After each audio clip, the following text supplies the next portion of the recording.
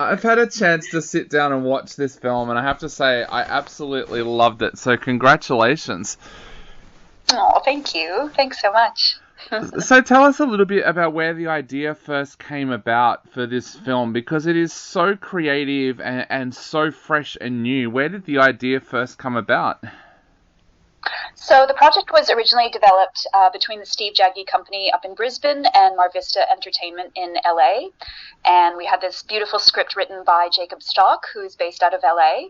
And I would have read it now about 2 years ago, and just was like, I have to do this. I just knew it. Like, you can tell with the script, you read it once and you're like, this is for me or this is not for me. I was like, I have to direct this.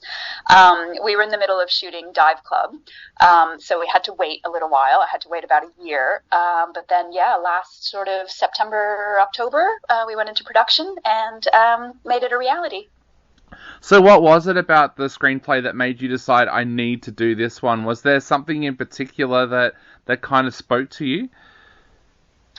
Yeah, I was so drawn to the character of Quinn, being a young woman and stepping out of her comfort zone and going to a new country and trying new things and having the devastation of, your best friend not be your best friend anymore, and that sort of coming of age story I was just immediately drawn to. I've lived all over the world and I could really relate to her.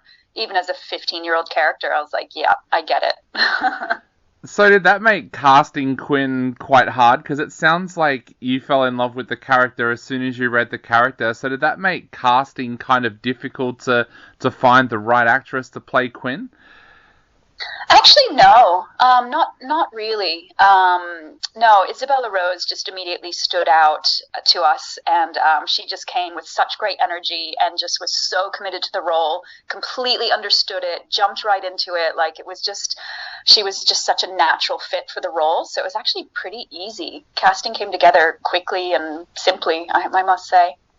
Now, we're seeing an absolute bumper crop of Australian films this year. Amazing films and amazing young talent. People like Rasmus King have been just showing how much pure talent is out there. And you get to work with a very young Australian cast on this film. Have you been blown away recently as a filmmaker at just how good our young talent is here in Australia? Yeah, absolutely. It's been so exciting for them to have so many new opportunities over COVID with so much filming there. And yes, I'm good on Tyler Atkins and his film Bosch and Rocket with Rasmus King. I actually produced the short version of that film before it came to be, and I worked with Rasmus. And in my film, we've got Jaden McGinley out of the Gold Coast, who's just super talented and a rising star. And I'm just, there's nothing better than sort of giving young people an opportunity to shine on screen. It's the most exciting thing. And when you come and you see them step into their own and seize the role, you're like, yes, you got it. Off you go now. You said that it was quite easy to pick Isabella for the part of Quinn. Tell us a little bit about that process that you went through to cast all of these. Did you go through a casting agent or did you do open auditions? What was that process like? Sure. So we have the brilliant Ben Parkinson and Caitlin Gentle out of the Gold Coast who do our local casting. And then we had an American casting director for Isabella.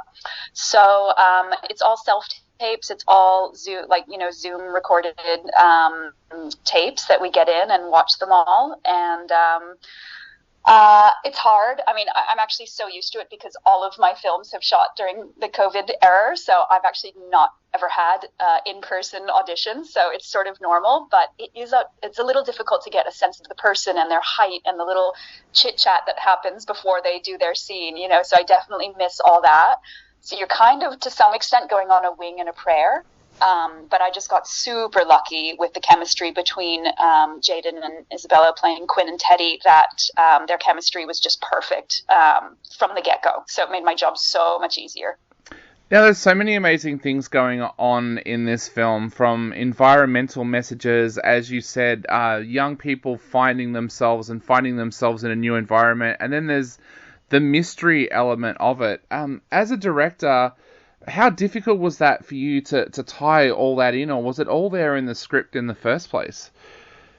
It was pretty much all there in the script. I just had fun kind of diving into. I'd never done like a jump scare scene or, little quasi spooky moments before. So that was a little bit of a challenge because I did almost all of it in camera.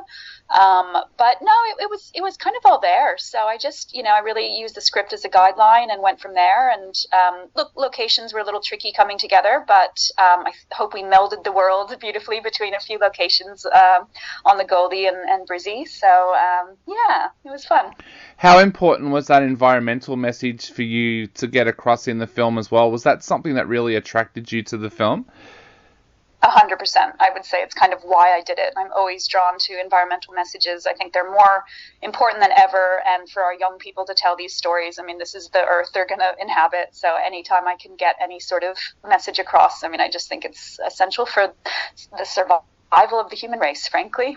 Yeah, definitely. Now, I mentioned that it's fresh and new, but it also reminded me of some of the shows and the movies that I grew up watching, things like Ship to Shore. We've always had such an amazing children's and young adult television and film industry here in Australia.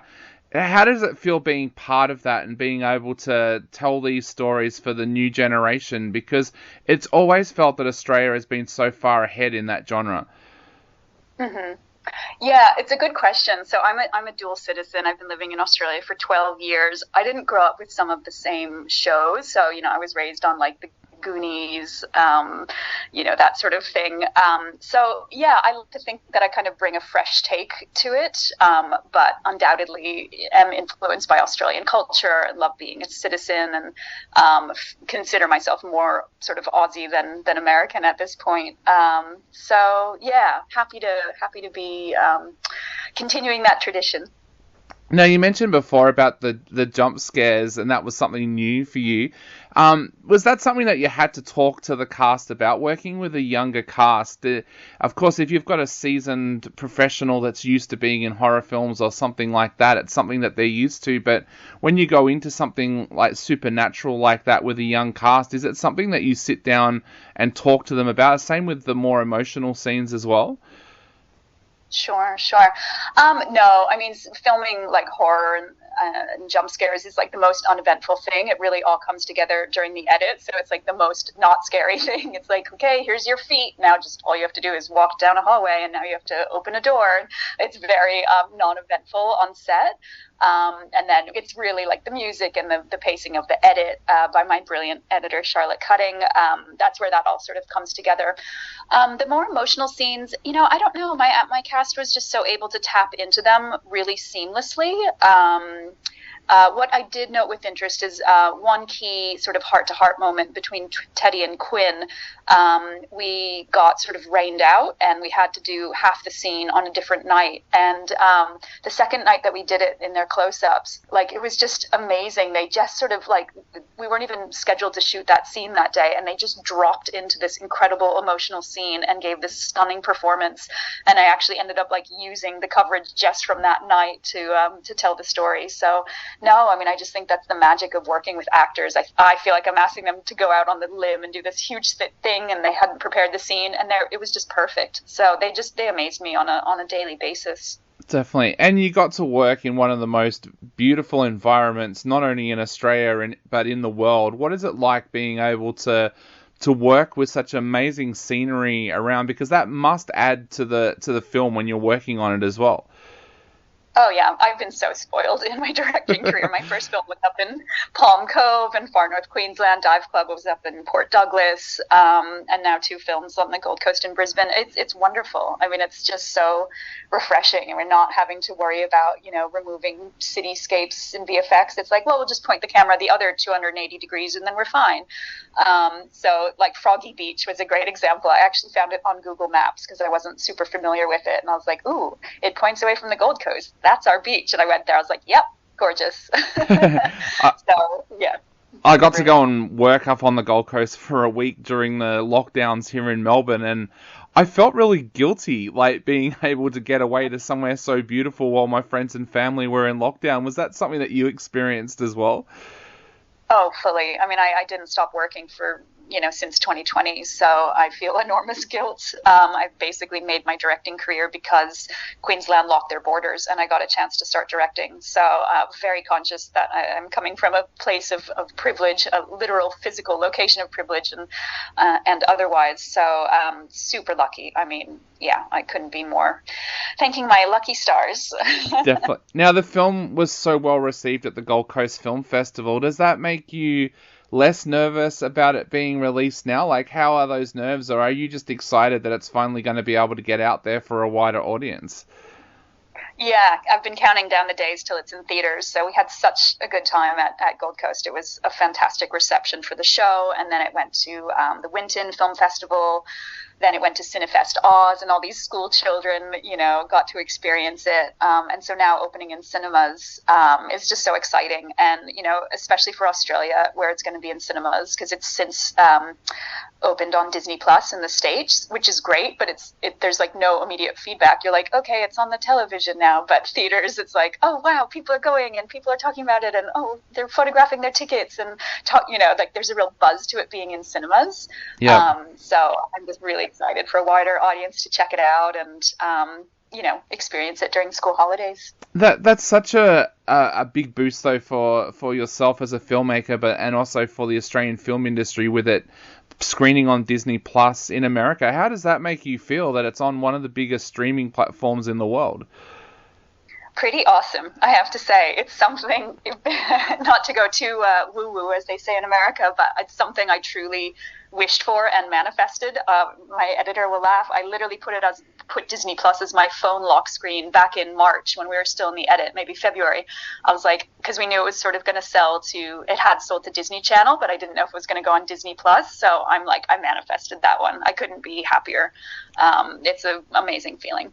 Now, as you said, Christine, this is opening in Australian cinemas on the 22nd of September. So what would you like to say to all of our listeners out there before they head into cinemas to check out the film? But also, what would you like them to take away from the film as well?